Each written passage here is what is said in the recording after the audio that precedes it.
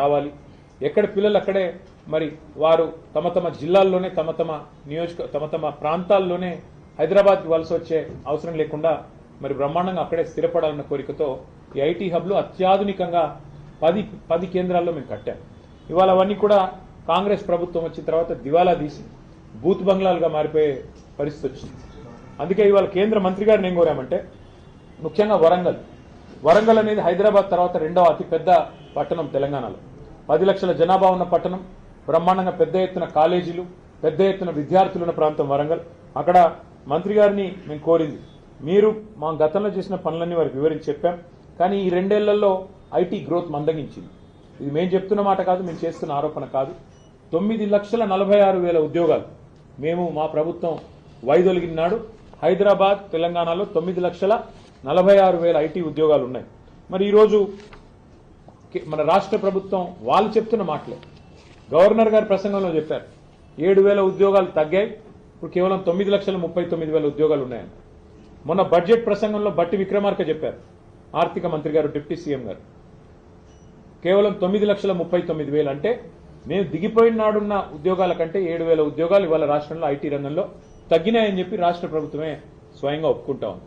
దీనికి కారణాలు ఏమైనప్పటికీ ఇవాళ మంత్రి గారిని మేము అడిగింది ఏమంటే, ఇన్ఫ్రాస్ట్రక్చర్ ఉంది, వరంగల్లో బ్రహ్మాండమైన ఐటీ హబ్ కట్టినాం, అక్కడ ఒక India AI center, India artificial intelligence centre, India data lab వరంగల్లో కేంద్ర ప్రభుత్వం అక్కడ ఉన్న ఇన్ఫ్రాస్ట్రక్చర్ను వినియోగించుకుని ఏర్పాటు చేయండి.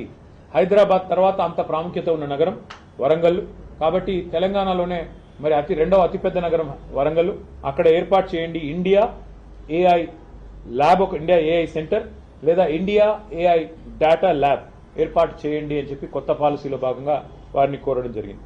అట్లాగే కరీంనగర్, ఖమ్మం, అక్కడ సైబర్ సెక్యూరిటీకి సంబంధించిన ఒక ఆర్టిఫిషియల్ ఇంటెలిజెన్స్ కేంద్రాన్ని ఏర్పాటు చేయండి, సెంటర్ ఆఫ్ ఎక్సలెన్స్ ఏర్పాటు చేయండి అని వారిని కోరాం.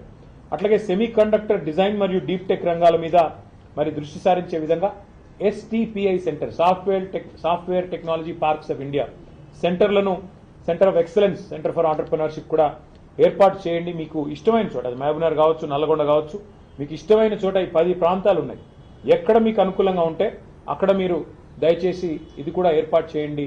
సో ఒక centre of excellence of STPI on entrepreneurship ఏర్పాటు చేయమని కోరాం. దాంతోపాటు మరి అందుబాటులో ఉన్న ఈ ఐటీ టవర్లలో అన్ని మౌలిక సదుపాయాలు ఉన్నాయి. రాష్ట్రమంతా T-Fiber కార్యక్రమాన్ని కూడా మా ప్రభుత్వమే చేసింది. కనెక్టివిటీ రాష్ట్రం అంతటా కూడా ఉంది. కాబట్టి పాలసీ ఫ్రేమ్వర్క్ కూడా సిద్ధంగా ఉంది, ఇన్ఫ్రాస్ట్రక్చర్ సిద్ధంగా ఉంది. ఈ అన్ని నగరాలు, అన్ని పట్టణాలు ఇప్పటికి మా ప్రభుత్వం వచ్చింటే ఉపాధి కేంద్రాలుగా మారే అవకాశం ఉంది. యంగ్స్టర్స్ కి హైదరాబాద్కి, బెంగళూరుకి పోయే అవసరం లేకుండా ఇంకా ఎక్కువ ఐటీ విస్తరణ జరిగేదానికి మా ప్రణాళికలు ఉండినాయి. కానీ ఈ ప్రభుత్వం, కాంగ్రెస్ ప్రభుత్వం పట్టించుకోవట్లేదు. మీరన్నా జోక్యం చేసుకొని వారికి తెలియజెప్పండి. ఈ Tier 2 సిటీస్ అంటే ద్వితీయ శ్రేణి పట్టణాలు, వాటిని మరి పెంచాలి, విస్తరించాలి.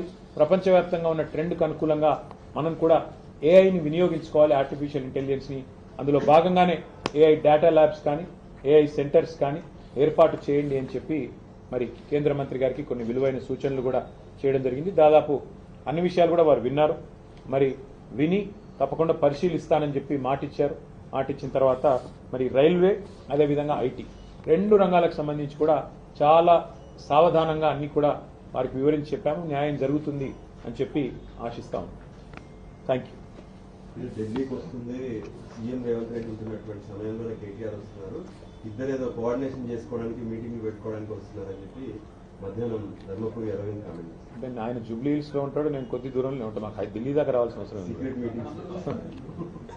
అంటే రేవంత్ రెడ్డి గారు కేసులు పెట్టేది మా మీద, రోజు తెల్లారలేస్తే దాడి చేసేది మా మీద. రేవంత్ రెడ్డి గారికి రహస్య మిత్రులు బీజేపీ వాళ్ళని రాష్ట్రం అందరికీ తెలుసు. ఎందుకు ఇప్పుడు కేంద్ర మంత్రి బండి సంజయ్ గారి కొడుకును 9 రోజులు అరెస్ట్ చేయకుండా కాపాడింది రేవంత్ రెడ్డి గారు అని అందరికీ తెలుసు.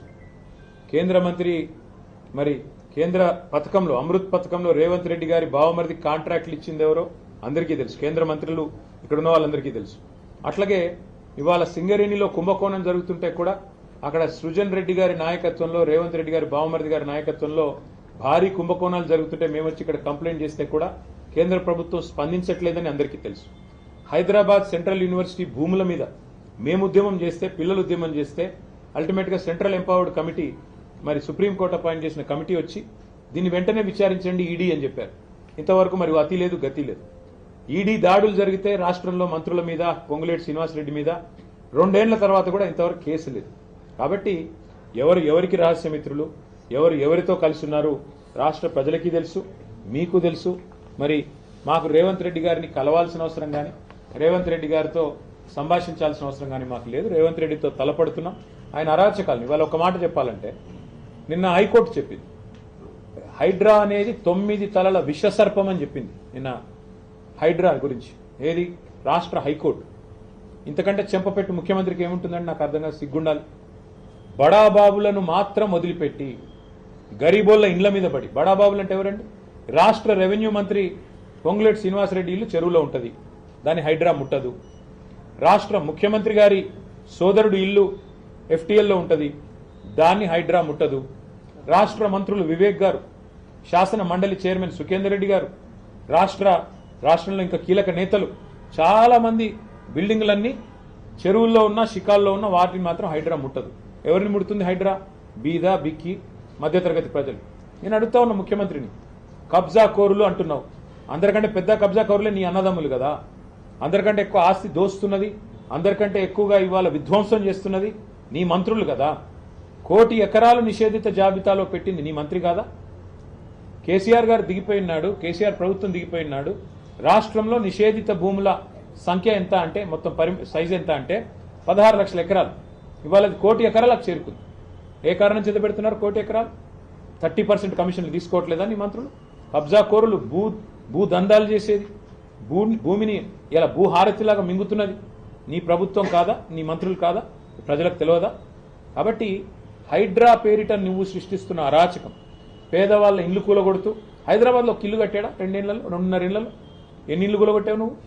కొన్ని వేల ఇల్లు హైదరాబాద్లో కూలగొట్టి ఒక్క ఇల్లు కట్టకుండా, ఒక్క ఇటుక పెట్టకుండా విధ్వంసం సృష్టించి రియల్ ఎస్టేట్ను కుప్పగూల్చి నువ్వు డబ్బులు చేసుకుంటున్నావు.